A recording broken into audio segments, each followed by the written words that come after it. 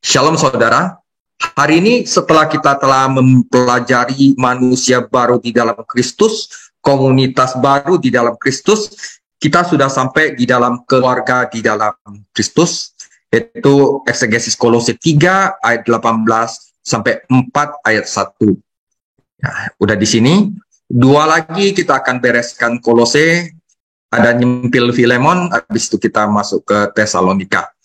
Saudara, jadi iman kepada Yesus Kristus tidak hanya mengubah individu, tidak hanya mengubah komunitas gereja, tetapi juga harus mengubah rumah, saudara. Di bagian ini Paulus menyapa anggota keluarga, suami dan istri, anak-anak, bahkan pembantu rumah tangga. Tampak jelas bahwa orang-orang yang dituju adalah orang-orang yang telah percaya, karena Rasul Paulus menghimbau mereka semua untuk hidup menyenangkan Yesus Kristus.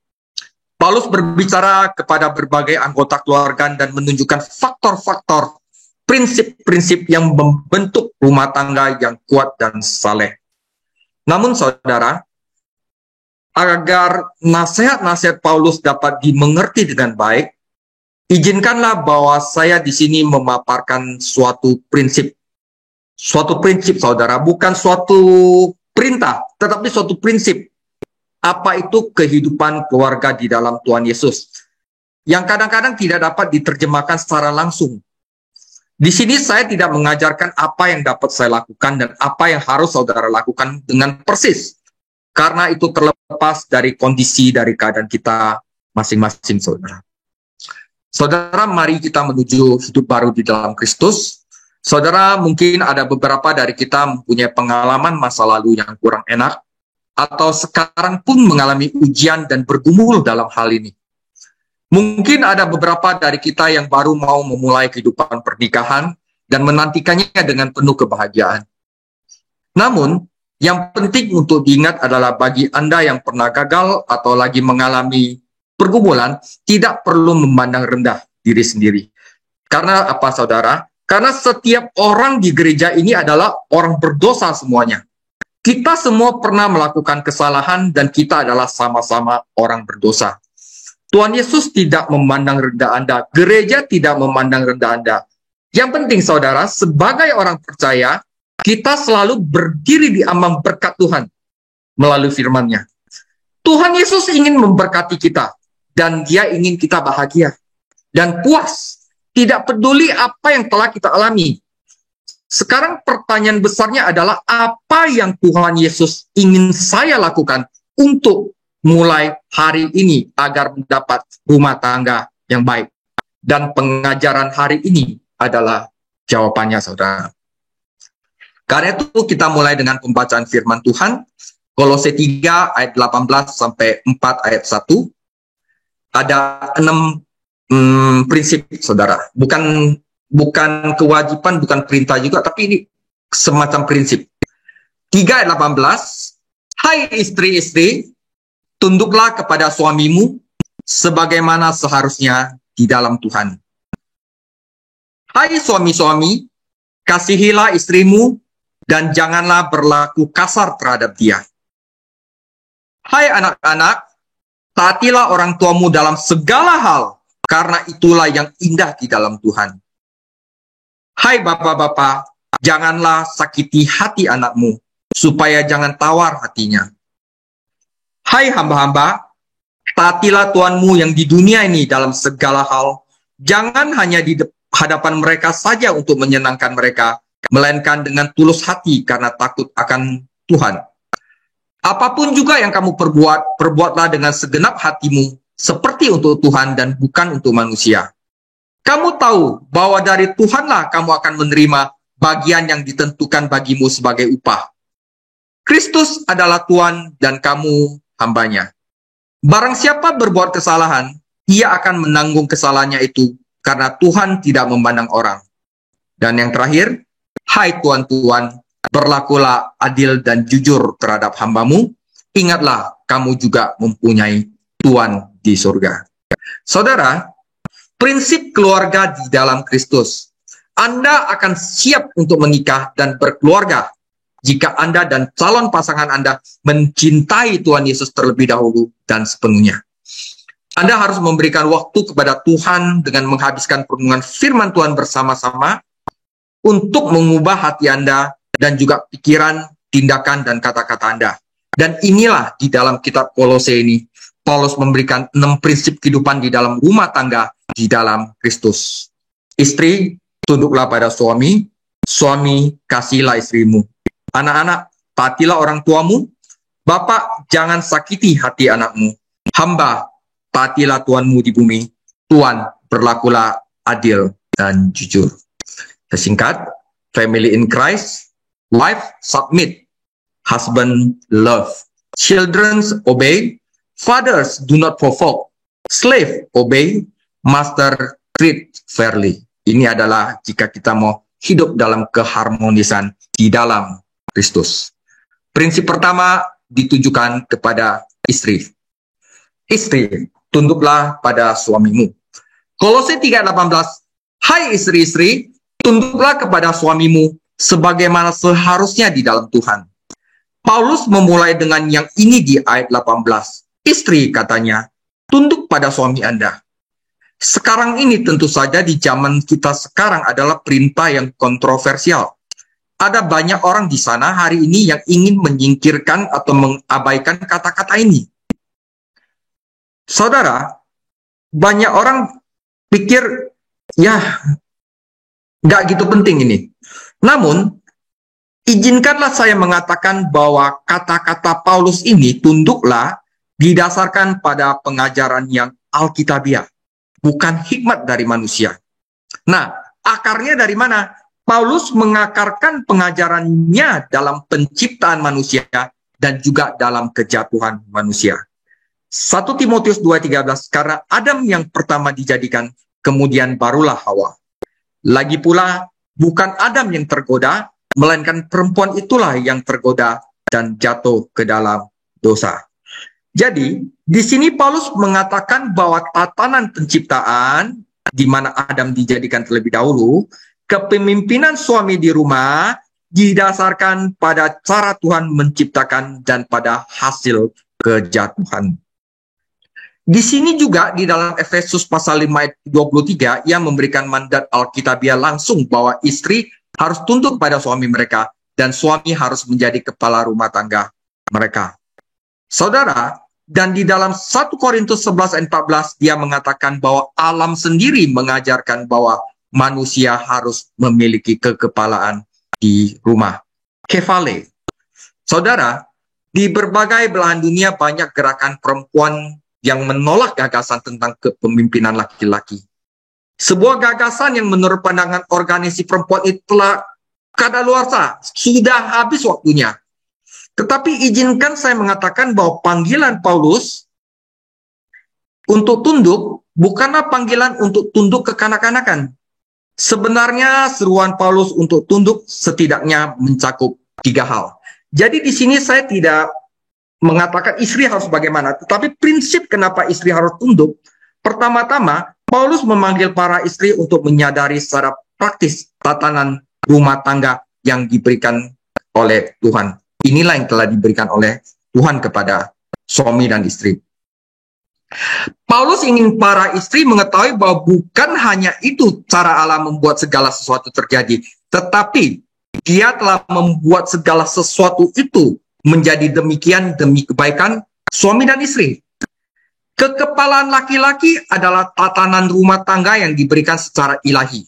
Dan ketika tatanannya diputarbalikkan, ketika peran-peran ini dibolak-balik, seperti halnya Adam dan Hawa, hal itu selalu mengakibatkan tidak hanya kehancuran manusia, tetapi juga penghancuran diri serta kehancuran istri. Maka dia menyuruhkan pengakuan atas tatanan rumah tangga yang diberikan kepada Tuhan. Nah, ini kita kalau mau mulai berumah tangga atau memperbaiki rumah tangga, penting ini saudara untuk kita pelajari apa yang Tuhan kehendaki. Kedua, dalam seruannya untuk tunduk, dia meminta pengakuan praktis atas otoritas suami di bawah Tuhan Yesus. Pengakuan bahwa laki-laki memikul tanggung jawab tertentu di hadapan Tuhan yang hidup, yang suatu hari suami akan memberikan pertanggungjawaban juga di tahta Tuhan. Dan yang jika diabaikan, kata Petrus, dapat menghalangi doa pria itu didengar. Nah, saudara. Nah, menjadi kepala rumah tangga adalah hal yang luar biasa. Istri harus menyadari beban tanggung jawab yang luar biasa yang dimiliki suami dan mendukungnya di dalamnya. Dan akhirnya, seruan Paulus untuk tunduk menuntut kesetiaan pengorbanan diri sang suami kepada istrinya. Dia memanggilnya untuk menunjukkan jenis kesetiaan pengorbanan yang seperti Kristus sendiri tunjukkan kepada gerejanya, saudara. Inilah yang tercakup dalam ketundukan yang diminta Paulus dari pihak istri. Jadi mengapa di dunia jika suami adalah kepala rumah tangga, Paulus memulai dengan berbicara kepada istri terlebih dahulu. Nah, saudara, Paulus tidak berbicara pertama-tama kepada istri, karena istri yang paling membutuhkan perintah ini. Tetapi, saya mungkin dapat menyarankan dua hal dalam hal ini.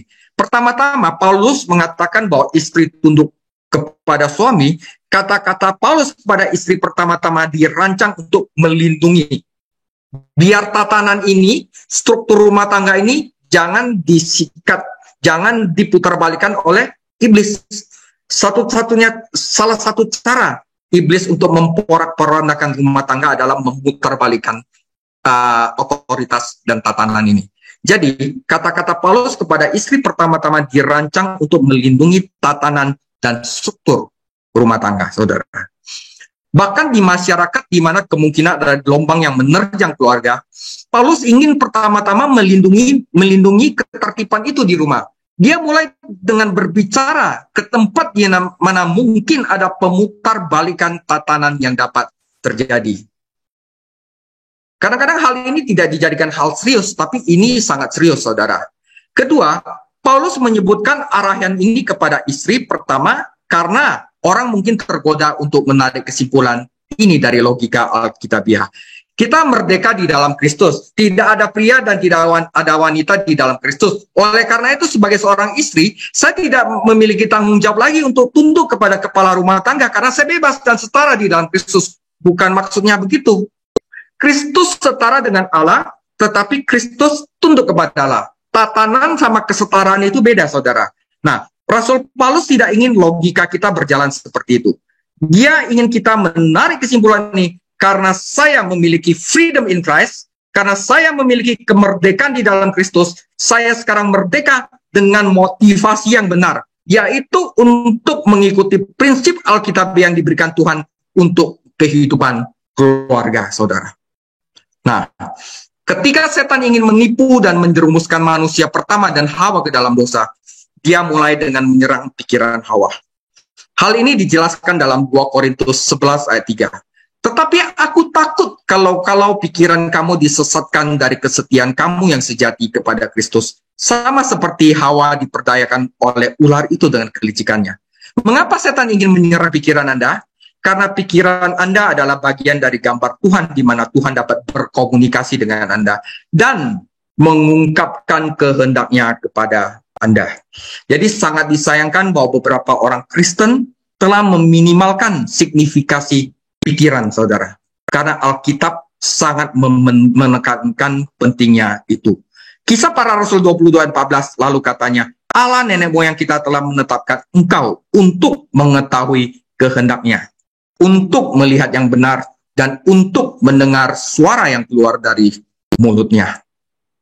Nah, saudara, dan dalam konteks ini termasuk mengakui kekepalan suami di rumah. Paulus memberikan perintah ini kepada istri dalam konteks tertentu. Dia berkata, hai istri, tunduklah sebagaimana harusnya, sesuatu yang natural di dalam Tuhan.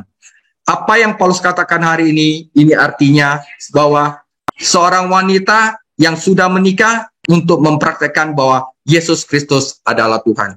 Jadi apa artinya bagi seorang wanita yang sudah menikah untuk hidup di mana Yesus Kristus adalah Tuhan? Satu hal bahwa wanita itu menunjukkan hubungan yang pantas, penundukan yang pantas kepada suaminya. Dan ketika itu diabaikan, itu tidak membuat hidup lebih baik bagi wanita. Itu justru membuat hidup wanita itu lebih buruk. Dan saya berpendapat bahwa banyak tekanan dan ketegangan dalam kehidupan keluarga saat ini justru disebabkan oleh ketidaksetujuan atau pengabaian arahan tatanan ilahi ini mengenai kekepalaan dari laki-laki. Itu bagian istri, saudara. Prinsipnya seperti itu. Bagian kedua adalah suami, kasihilah istrimu. Kolose 3 ayat 19. Hai suami-suami, kasihilah istrimu dan janganlah berlaku kasar terhadap dia.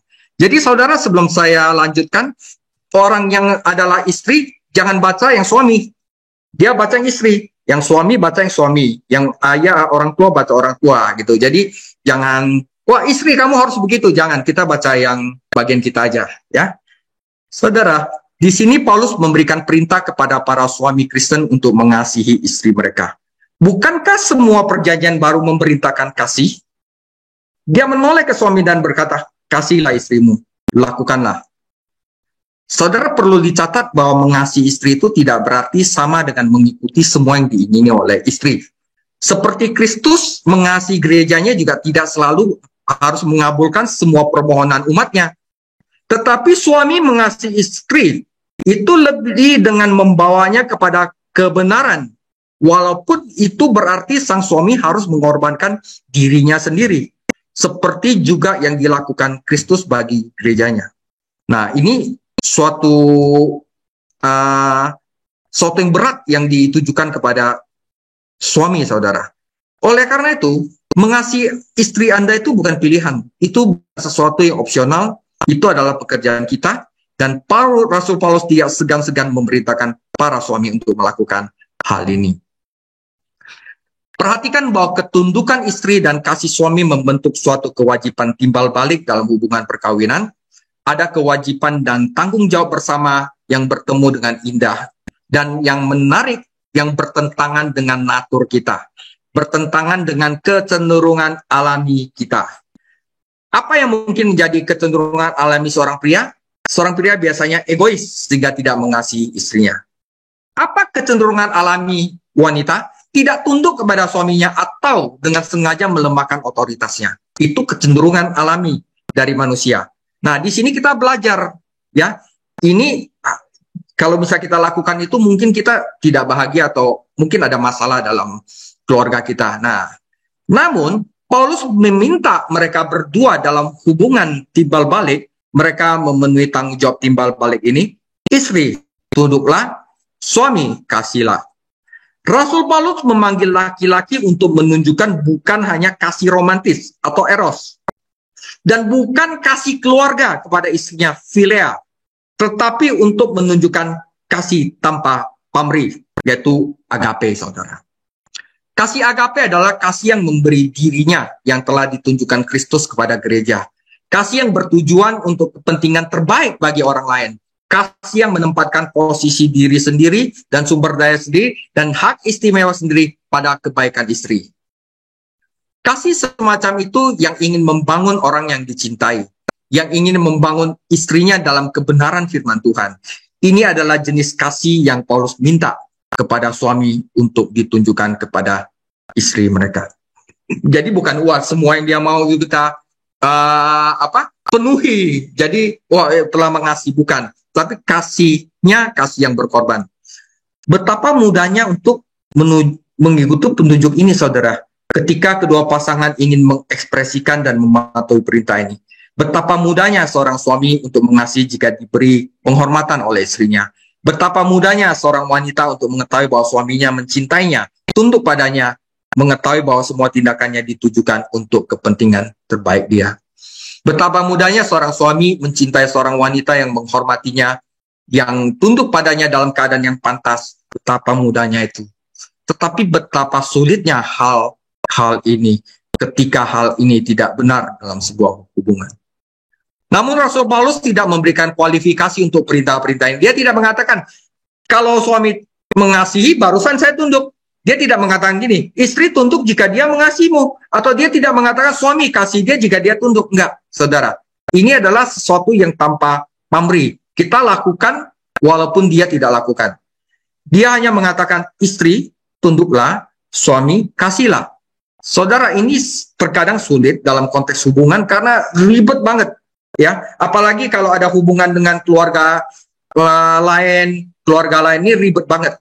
Tapi dalam konteks hubungan yang rusak, itu kadang-kadang kita tidak mengungkapkan hal ini, saudara, dan sangat sensitif. Karena itu, di ayat 19, Paulus menambahkan, kalau sesuatu yang sensitif terjadi, suami-suami, kasihlah istrimu dan jangan berlaku kasar terhadap mereka. Paulus telah menambahkan ujian praktis kasih. Apakah Anda sakit hati padanya di dalam hati? Apakah kepahitan Anda mengalir ke dalam bahasa Anda sehingga Anda mengucapkan sesuatu yang kasar? Nah, Paulus menambahkan ini, suami, kasihlah istrimu dan jangan berlaku kasar kepadanya. Jadi Paulus berkata, suami-suami, kasihlah istrimu dengan cara ini dan jangan kasar. Itu bagian suami. Yang ketiga, anak-anak, taatilah orang tuamu. Kolose 3:20, hai anak-anak, taatilah orang tuamu dalam segala hal, karena itulah yang indah di dalam Tuhan.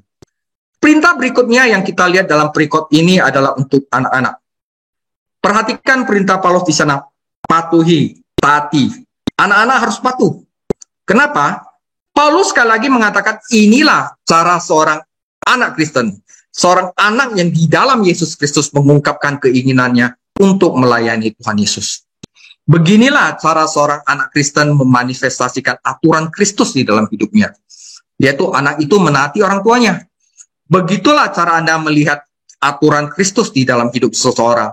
Yaitu ketika seorang suami mengasihi, ketika seorang istri tunduk, dan ketika seorang anak patuh. Anak-anak jangan meremehkan pentingnya hal ini. Ketaatan sangat penting bagi Tuhan. Menarik bukan dalam Roma pasal 1, di tengah semua dosa yang mengerikan, tercatat dalam kehidupan masyarakat yang merosot, seperti kayak lesbi apa segala macam, itu karena ketidaktaatan kepada Tuhan, saudara. Itu karena ketidaktaatan. Nah, dan saya ingin mengatakan sepintas bahwa ketaatan mutlak diperlukan untuk pendidikan. Jadi kalau anak itu mau pintar, dia start dulu. Pernahkah Anda memikirkan hal ini? Satu-satunya cara kita bisa belajar adalah tunduk pada otoritas. Pendidikan berakar pada penghormatan terhadap otoritas. Demikian pula jika kita ingin belajar Alkitab, kita juga harus tunduk dulu pada otoritas Alkitab. Jika kita menyepelekan Alkitab, maka kita tidak akan belajar apa-apa dari Alkitab.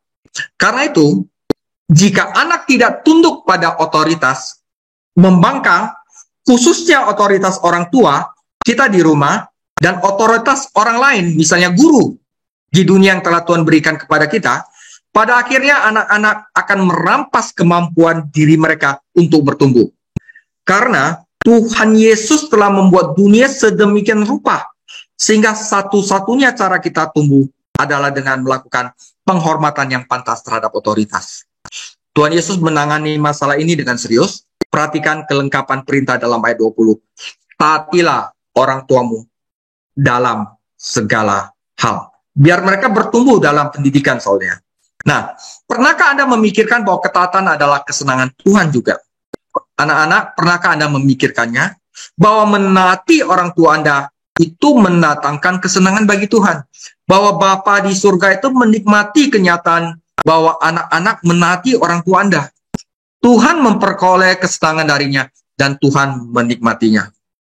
Anak-anak pun akan senang jika dia menaati orang tuanya dan mereka akan merasakan kesenangan Tuhan dalam melakukan apa yang Tuhan perintahkan untuk mereka lakukan. Karena itu anak-anak, taatilah orang tuamu dalam segala hal, karena itu mendatangkan keindahan di dalam Tuhan. Jadi prinsip saudara, prinsipnya adalah karena dia dapat belajar, kedua karena dia akan mendapatkan kesenangan dari Tuhan. Itu dua. Yang keempat, Bapak jangan provokasi anak Anda. Kolose 3:21, hai bapak-bapak, janganlah sakiti hati anakmu, supaya jangan tawar hatinya. Di ayat 21, Paulus berkata, jangan sakiti hati anakmu sehingga mereka tidak akan putus asa. Perintah Paulus di sini adalah untuk para bapak.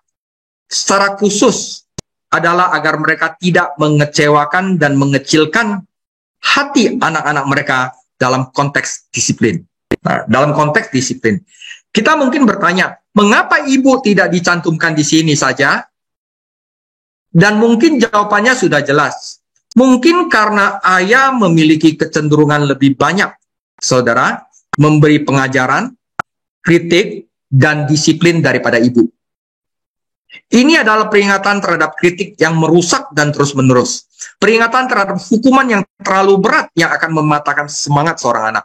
Dan Paulus berkata, hati-hatilah para bapak saat Anda mendisiplinkan, saat Anda membesarkan anak Anda dalam koreksi Tuhan. Jangan merusak dan terus-menerus mengkritik mereka sehingga mereka putus asa. Nah saudara, dia memberikan alasan itu agar mereka tidak tawar hati. Dengan kata lain, hukuman dan koreksi meskipun harus dilakukan, harus diimbangi dengan disiplin positif dari Tuhan, yaitu dengan firman Tuhan. Yaitu harus ada waktu yang dihabiskan dengan anak-anak dalam mengajar mereka, mendorong mereka, baik secara lisan maupun dengan ajaran di jalan yang benar. Arahkan mereka secara positif kepada Yesus Kristus. Beritahu mereka bahwa mereka telah melakukan dengan baik. Tidak hanya memberitahukan mereka ketika mereka tidak melakukannya dengan baik, memberitahu mereka bahwa mereka telah menyenangkan Anda dan menyenangkan Tuhan. Bukan hanya ketika mereka tidak menyenangkan Tuhan, Paulus secara khusus memanggil para bapak suatu tugas, yaitu untuk mendidik anak-anak mereka sedemikian rupa, sehingga mereka tidak hanya akan merasakan teguran Tuhan, tetapi mereka juga merasakan persetujuannya.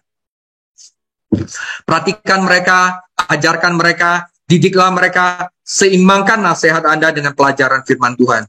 Tetapi itu tidak selalu seperti itu kan teman-teman. Ya Paulus tidak mengatakannya segala sesuatu itu selalu indah di rumah Kristen.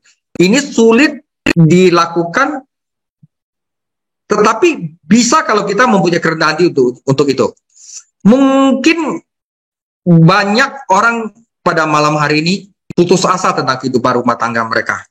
Tetapi saya percaya, termasuk saya sendiri, firman Tuhan akan mendorong Anda dan saya sendiri dalam keinginan untuk belajar kehidupan rumah tangga yang saleh.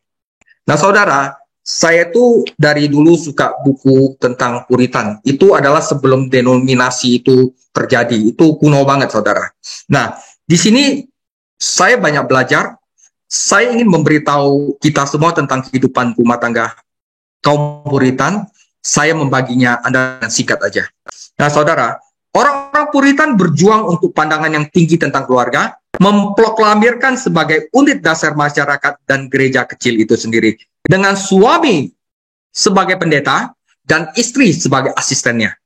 Memang dalam rantai komando, tetapi tetap merupakan tokoh kunci dalam proses pastoral yang sedang berlanjut. Jadi istri dan suami gabung untuk proses pastoral kepada anak-anaknya. Sebagai kepala keluarga Puritan, suami harus diperlakukan dengan hormat karena tanggung jawab untuk menyalurkan kepada keluarga pendidikan agama, untuk membawa mereka kepada Kristus, untuk mengawasi pengudusan keluarga sepanjang hari di rumah, untuk mengajar mereka dalam iman, untuk memeriksa seluruh keluarga setelah khotbah, untuk melihat seberapa banyak yang telah dipertahankan dan dipahami, untuk mengisi kekosongan dalam pemahaman yang mungkin tersisa, dan untuk memberikan contoh kesalehan yang sadar setiap saat dan dalam segala hal. Kaum Puritan menganggap agama sebagai kewajiban, dan bahwa orang-orang Kristen terbaik harus menjadi suami terbaik, istri terbaik, anak-anak terbaik, tuan terbaik, pelayan terbaik, pengusaha terbaik, hakim terbaik, subjek terbaik, agar ajaran Tuhan Yesus dapat mewarnai komunitas di sekelilingnya dan tidak dihujat dengan cara hidup kita. Jadi, para guru Puritan berpikir bahwa kehidupan keluarga di dalam Kristus adalah kehidupan keluarga di mana kasih dan sukacita Kristen akan menemukan ekspresi penuh dan bebas yang tidak dapat dicapai sampai pola-pola ini dijalanin secara teratur dari otoritas, struktur, dan rutinitas harian Paulus yang teratur yang telah ditetapkan dengan kuat. Saya berdoa demikian karena rumah adalah pembibitan agama, dan jika iman yang benar tidak ditanamkan di rumah, itu tidak akan ditanamkan dimanapun. Itu saya ambil dari buku The Puritans, The Transatlantic History by David Hall. Nah, saya akan tambahkan satu firman yang telah di Hukum Taurat, Ulangan 6 ayat 6. Apa yang kuperintahkan kepadamu pada hari ini, haruslah engkau perhatikan. Haruslah engkau mengajarkannya berulang-ulang kepada anak-anakmu dan membicarakannya apabila engkau duduk di rumahmu, apabila engkau sedang dalam perjalanan, apabila engkau berbaling, dan apabila engkau bangun. Sekarang hamba, saudara. Nah, Kolose 3 ayat 22 sampai 25. Hai hamba-hamba, taatilah Tuhanmu yang di dunia ini dalam segala hal. Jangan hanya di hadapan mereka saja untuk menyenangkan mereka, melainkan dengan tulus hati karena takut akan Tuhan. Apapun juga yang kamu perbuat, perbuatlah dengan segenap hatimu, seperti untuk Tuhan dan bukan untuk manusia. Kamu tahu bahwa dari Tuhanlah kamu akan menerima bagian yang ditentukan bagimu sebagai upah. Kristus adalah Tuhan dan kamu hambanya. Barang siapa berbuat kesalahan, ia akan menanggung kesalahannya, karena Tuhan tidak memandang orang. Saudara, hadis ini diterjemahkan bahasa Inggris ada slave. Tapi ini bisa diterapkan sekarang sebagai karyawan, sebagai pembantu rumah tangga, atau sebagai penjaga toko, itu boleh saudara. Ya, saudara, perbudakan adalah institusi yang mapan di zaman Paulus. Ada 60 juta orang di Kekaisaran Romawi adalah budak. Dan banyak dari mereka adalah orang-orang terdidik yang memikul tanggung jawab besar di rumah orang kaya. Di banyak rumah, para budak membantu mendidik dan mendisiplinkan anak-anak. Mengapa gereja pada masa itu tidak secara terbuka menentang perbudakan dan berusaha menghancurkannya? Saudara, untuk satu hal, waktu zaman Paulus, gereja adalah sekelompok minoritas yang tidak memiliki kekuatan politik untuk mengubah institusi dibangun ke dalam tatanan sosial. Paulus juga berhati-hati untuk menginstruksikan budak Kristen untuk mengamankan kebebasannya mereka, jika mereka bisa. Tetapi dia tidak menganjurkan pemberontakan atau penggulingan tatanan yang ada. Sesuatu yang harus diperhatikan, tujuan gereja mula-mula adalah untuk menyebarkan Injil dan memenangkan jiwa, bukan terlibat dalam aksi sosial. Seandainya orang-orang Kristen pertama dicap sebagai sekte pemberontak, sekte anti pemerintah, mereka akan sangat terhambat dalam memenangkan jiwa dan kekuasaan gereja mereka. Meskipun baik dan benar bagi orang Kristen untuk terlibat dalam mempromosikan kejujuran dan moralitas di pemerintah dan masyarakat, saudara, perhatian ini tidak boleh menggantikan amanat agung untuk pergi ke seluruh dunia dan memberitakan Injil. Anda akan ingat bahwa kitab Kolose adalah salah satu dari 4 surat yang berasal dari pemenjaraan Paulus di Roma. 3 lainnya adalah Efesus yang telah kita belajar, Filipi juga kita sudah belajar, dan nanti Filemon. Nanti saudara, mengenai perbudakan dan persaudaraan di dalam Kristus akan saya bahas dalam surat kecil Paulus kepada Filemon, dan kita akan melihat sikapnya terhadap perbudakan. Paulus tidak menasihati Filemon untuk memperlakukan budaknya yang melarikan diri dengan kejam, tetapi untuk menerimanya sebagai saudara. Budak menjadi saudara-saudara, meskipun dia masih seorang budak. Faktanya, Onesimus, budak itu salah satu dari orang-orang yang membawa surat Paulus dari Roma ke Kolose. Seorang hamba Kristen berutang ketaatan penuh kepada tuannya sebagai pelayanan kepada Tuhan. Jika seorang hamba Kristen memiliki tuan yang percaya, maka hamba itu tidak boleh mengambil keuntungan dari tuannya, karena mereka adalah saudara di dalam Tuhan. Jika ada, hamba berusaha untuk melakukan pekerjaan yang lebih baik karena dia adalah seorang Kristen. Dia harus menunjukkan kesetiaan hati dan memberikan pengabdian penuh kepada tuannya. Pekerjaannya dilakukan dengan sepenuh hati, tidak dengan enggan, dan seperti untuk Tuhan dan bukan untuk manusia. Karena, hai para hamba, kamu melayani Tuhan Yesus. Kesatuan hati dengan hati yang tulus diperlukan bagi hamba-hamba Kristen untuk menyenangkan Tuhan dan melayani Tuhan mereka dengan baik. Instruksi ini menekankan sisi positif dari ketaatan. Hamba harus taat bukan untuk menghindari hukuman, tetapi hamba harus taat untuk menyenangkan Tuhan. Bahkan jika tuannya tidak memuji mereka, mereka akan mendapat upah dari Tuhan. Dengan cara yang sama, jika mereka tidak taat, Tuhan akan menangani mereka, bahkan jika Tuhan mereka tidak menangani mereka. Allah tidak membedakan orang. Dalam masyarakat kita tidak memiliki budak, tetapi prinsip-prinsip ini berlaku untuk semua jenis pekerjaan yang jujur. Seorang pekerja Kristen harus menjadi pekerja terbaik dalam pekerjaannya. Dia harus excellent, saudara. Dia harus mematuhi perintah dan tidak berdebat. Dia harus melayani Kristus dan bukan bos saja. Dan dia harus bekerja. Apakah ada yang mengawasi atau tidak? Jika dia mengikuti prinsip-prinsip ini, dia pasti akan menerima upahnya dari Kristus. Bahkan jika tuannya di dunia tidak memberi dia upah atau tidak mengenalinya. Saudara, saya punya teman yang bertahun-tahun lalu dipecat dari pekerjaannya karena bekerjanya terlalu hebat, terlalu keras. Nah, dia menghasilkan uang untuk dia bisa kuliah, untuk memperbaiki hidup dia. Dan dia ingin memberi majikan pekerjaan yang baik setiap hari.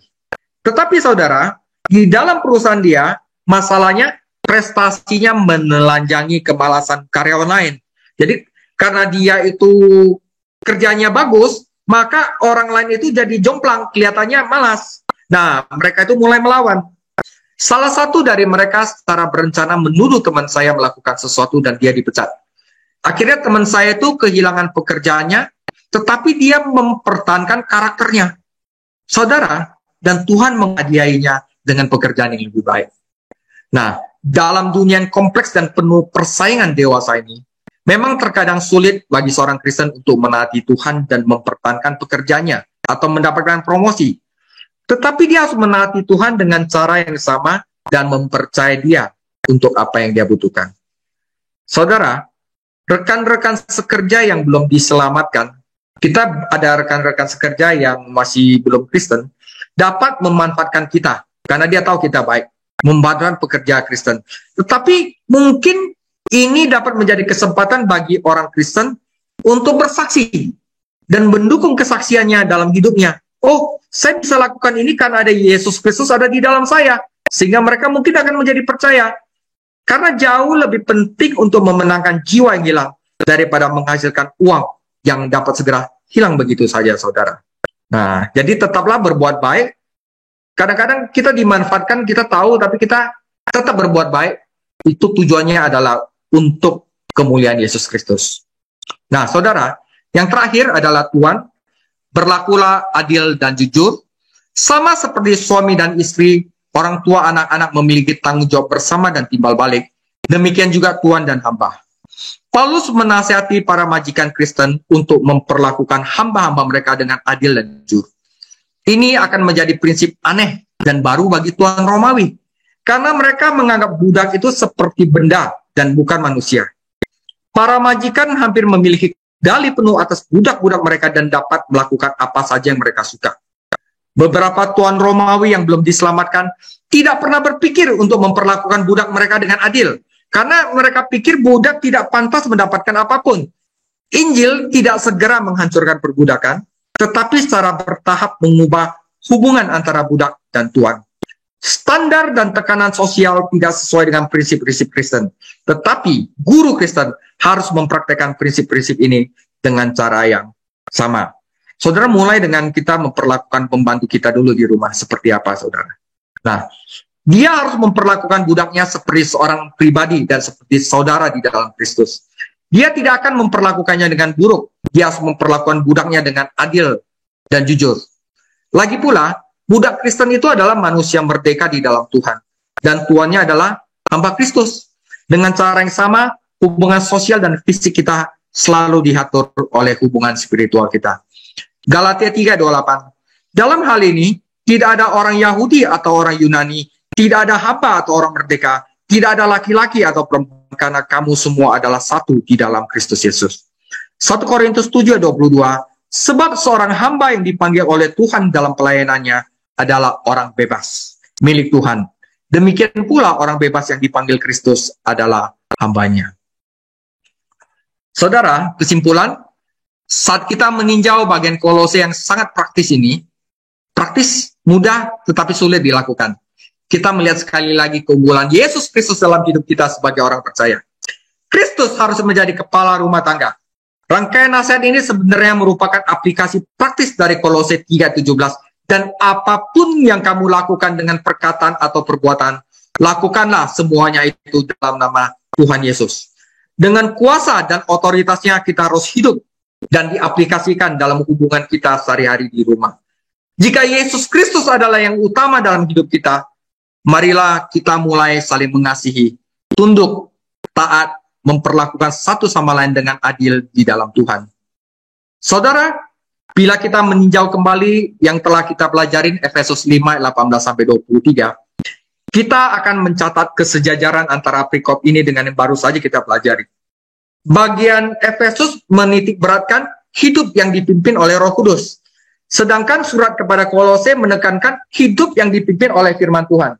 Tetapi buktinya sama, kita akan mengalami sukacita, rasa syukur, dan kerendahan hati. Saudara, sebenarnya hidup yang dipimpin oleh Roh Kudus adalah hidup yang dipimpin oleh firman Tuhan.